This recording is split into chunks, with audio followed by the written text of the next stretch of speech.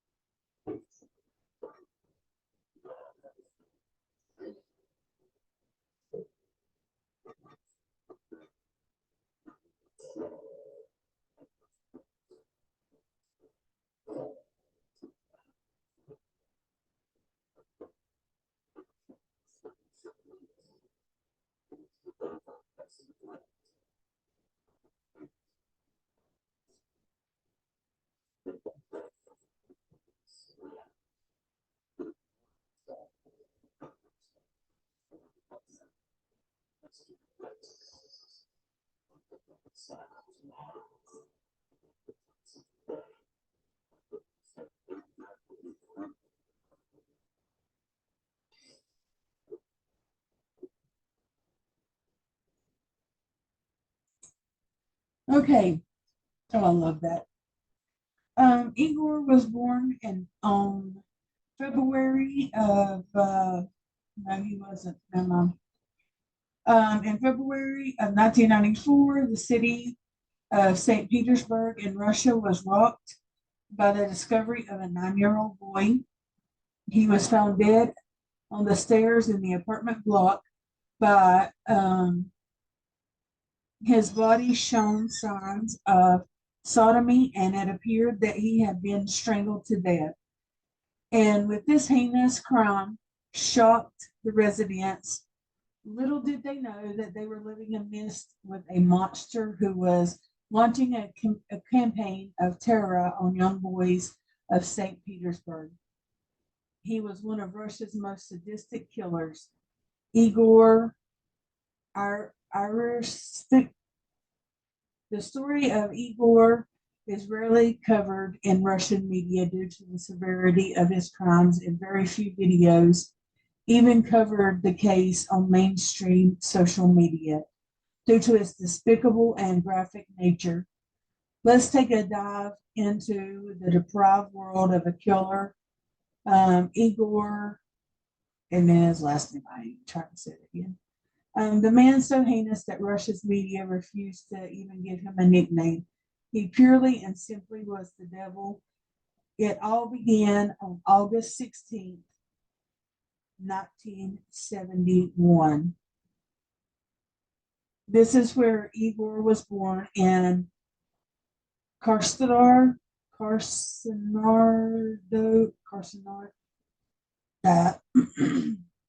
Krai region, located in the northern region in southern Russia. Igor's thoughts in life was for the best. Say the least, he grew up in a dysfunctional family with both of his parents, mother and father, alcoholics. It's also speculated that he may have been physically and emotionally abused by his parents. This, of course, raises the age-old nature versus nurture question. When it comes to heinous individuals, combining abusive parents, a bad start in life, plus traumatic brain injury, I have noticed that these people may not, it's kind of like, and I hate to say it like this, but for lack of a better example, It's like cancer laying dormant, and then the head injury spreads it, and all of a sudden they come alive and start killing people. I have noticed that repeatedly over and over with serial killers. Brain injury is it only adds the likelihood that such an individual would grow up to be reprehensible. Um, the society, when Igor was 10 years old, he got into a car accident and got a serious craniocerebral injury. As a result, he was hospitalized and treated for his injuries, though he never truly made a full recovery, and was subsequent, subsequently diagnosed as an intellectual disability in the degree of moderate disability due to being unable to cope and care for Igor. His mother would send him to a special boarding school. I think that she sent him away is what it was. Um, I think that she decided she didn't want to take care of him. Let's look at some pictures. You'll see why these woods make a difference. For some reason, I want to take people into the woods. I don't know. I can't say that this was Igor's things. And this is him. Um, a boarding school to treat those with learning difficulties. Such as a school, of course, should be a place for a young man to develop and learn and prosper in a safe environment. Though those who are in charge safeguarding Igor did not fulfill this requirement. In fact, he was reared by a supposed caregiver in school that were also accusations of bullying during Igor's time at the boarding school, despite the trauma. At the boarding center, he graduated from vocational school in 1993, and he moved to St. Petersburg, where he got a job as a dishwasher at Pigas Coffee House. Though, given the nature of his era and the recent collapse of the Soviet Union, such a job wasn't paying the bills. He would have to decide to roam the streets and enter the seedy world of the prostitution. His main source of income was gay prostitution, and he was quite popular among his clients. He actually looks a lot different with hair. I'll say that. Among his clients for his sadistic inclinations, and would develop a reputation for BCD. St. Petersburg, I don't know what that is, by the way. I think it's missing a letter. St. Petersburg Underground. Those who knew Igor at the time were not complimentary in describing him, with him being noted as hysteria, egocentrism, and cowardice. Despite being a male prostitute who solicited sex with other men, Igor did not consider himself gay, as according to him, he also had sex with women in his personal life. Well, he's bi. As well as his traumatic upbringing, it was very likely that he also encountered such experiences while working on the streets, giving his growing sadistic tendencies, which were exploring his prostitution combined with his various events of the trauma, both physical and mental. It's hardly surprising that Igor was a ticking time bomb waiting to explode in a fit of violence and abuse. Igor began his crimes in December of 1993, and while walking through the territory of the Sosnovsky Park, He noticed two young brothers, 11 and 12 um, years old, respectively, threatening them with a knife. He took them into a quite secluded place and he reared them by forcing them to drink something from a jar beforehand. The boys later stated the liquid had a strange taste and unpleasant smell. Both victims were they had serious bodily injuries. Igor, predatory nature had been ignited during Vahanis attacks and wasn't done there. Shortly after his first attack, Igor struck, again fueled by drink and drugs. He stalked me. He stalked, um, I don't know what that's supposed to be. People, I guess, or young men in St. Petersburg streets for his next victim. The next attack occurred in, what do I do, these Russian ones? Where's Elena? Bioklopsky district, where Igor lured a young boy to a secluded location where he abused him. During the attack, Igor squeezed the boy's throat too much, causing him to die from suffocation. Igor himself later said that he didn't want to kill the boy, but he simply did not want to calculate. He did not calculate his strength because he was drunk, and the murder occurred in the apartment block.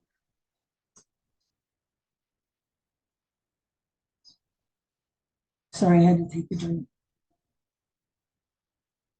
Before he left the young boy's body, he made sure to steal his briefcase as a souvenir.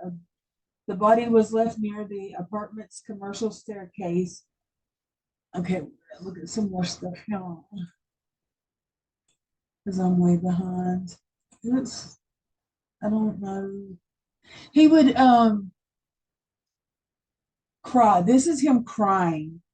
Now, people always talk about alligator tears, all that stuff. Um, if you look there, his eyes are not even watery. That's what I look at. Okay, we got the land. This is a picture of him. He dyed his hair darker so that other people wouldn't recognize him because he had blonde hair. This is his childhood. This is him. I think that's the boarding school that he went to. This is a picture of him with blonde hair.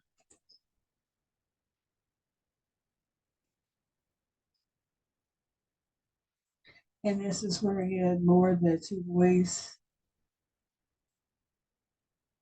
I think that this was the boarding house that we're talking about. This is the boy that was in the stairwell. This is the stairwell. I don't know if that guy's just got something over his face or they blacked it out. Don't know. Don't know.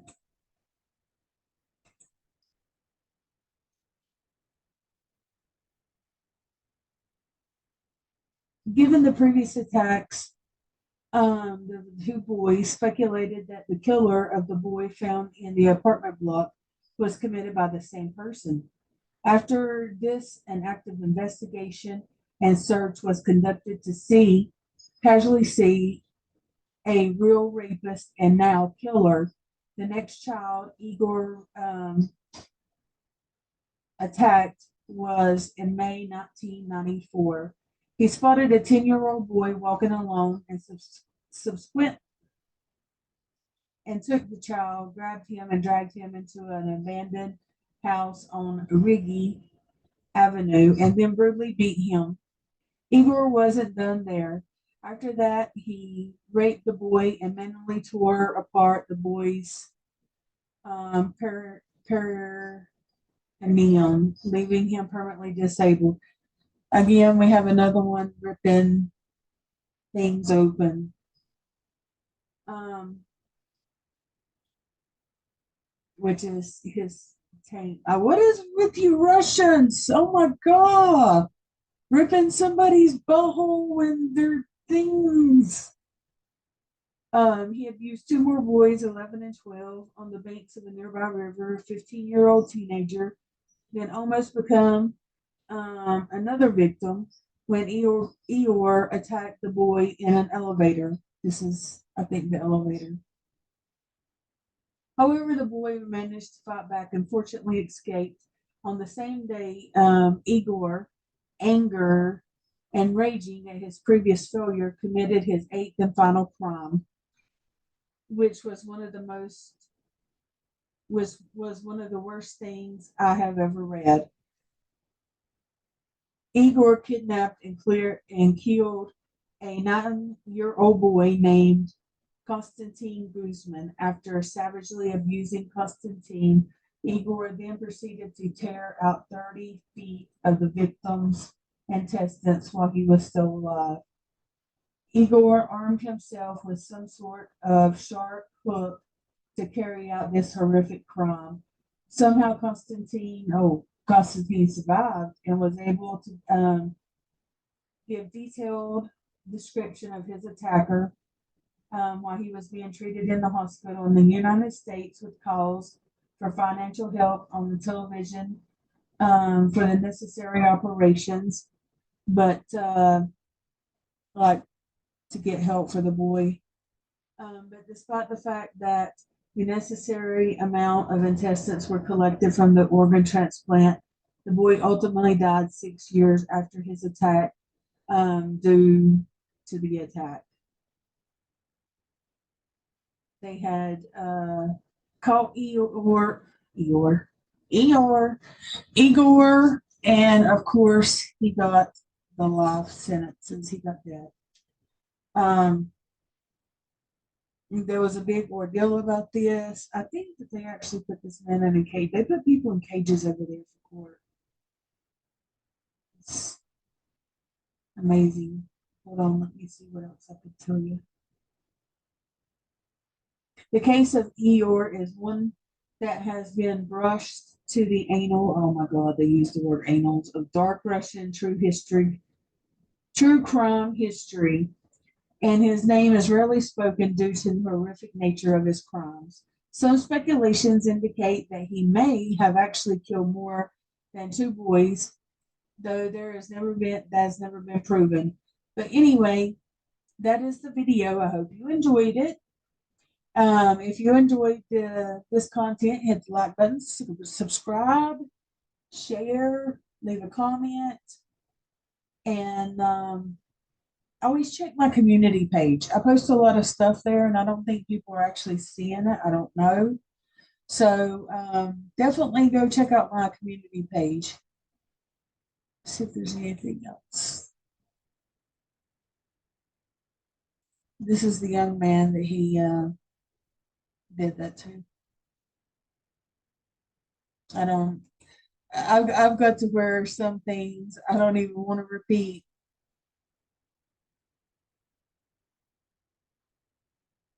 Thank you for your patience with me. And as always, let me get to my little thing first. Oh, wait. Let me turn this off. Usually her eyebrow will go up. Anyway, I will talk to you later. Thank you for putting up with me once again. I'm working on 3 more things right now. That's why this one was rushed. You know me, they're all rushed. Eventually, hopefully by 400 videos, I will be better at this. Hopefully. If not, then maybe I should just stop. I don't know. But thank you, and I will see you later. Bye.